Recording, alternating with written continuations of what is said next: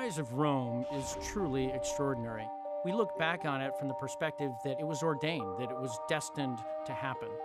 But in reality, it was a very small Greek city-state that rose to such great heights and achieved such enormous success. The world has never been the same.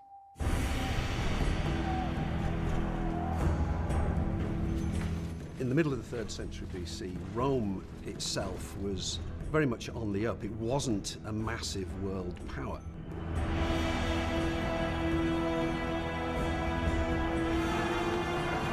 Rome's expansionism was driven by defensive considerations. They were protecting their own interests or protecting their allies, even if reality meant that they were attacking other people.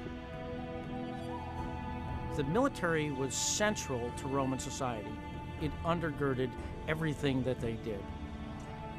Rome conquered what we called at the time the known world, and Rome power grew based on fear.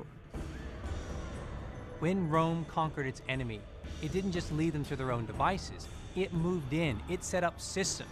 There were points of inclusion, there are points of suppression, and ultimately there's a system that really worked for Rome to remain in power. Rome wants a number of things from the territories it conquers. It wants wealth, it wants glory, and it wants human capital. It wants slaves. By the 2nd and 1st centuries BC, Rome becomes the greatest slave society in the history of the ancient world. This is slavery on a massive scale, even we might say on an industrial scale. And it's affecting the lives of millions of people in the Mediterranean who are caught in the Romans' nets. They ruled the Mediterranean with their galleys at that point. And so if you came into conflict with Rome, you could count on destruction.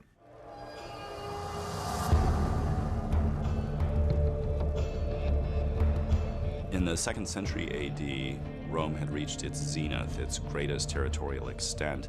It was kind of like when a roller coaster gets to the very top of a rise and is about to go down the other side. You get this glorious moment of feeling like you're on top of everything, and you're almost unaware that terror is about to start.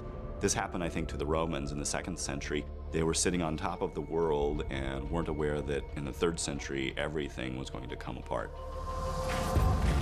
You could say the Roman Empire's eyes are bigger than its stomach. It pushed really far out, and then it ended up with an empire which was too big to manage. The first signs of the empire being torn apart from its very fabric is the crisis of the 3rd century. You've got revolts, you've got civil war, hyperinflation, and a string of useless emperors. As the Roman Empire began to crumble and the territories that it had once controlled began to fall away from Roman power and fall into the hands of barbarians, they had to come to grips with the fact that they were no longer the only big player in this game, that they were slowly surrendering power to other people that they had to now treat as equals. Rome was, in some senses, a victim of its own success. It had become such an incredible source of power and of wealth.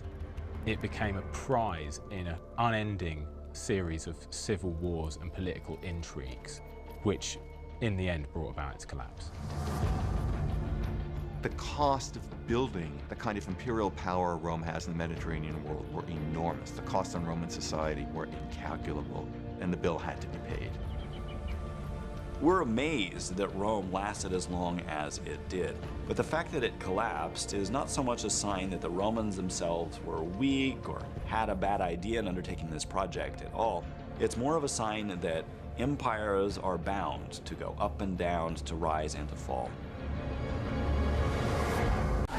Strategists, tacticians, ever since, have striven to copy what the barbarians achieved because it represents tactical perfection. We know this land. This terrain is in our blood.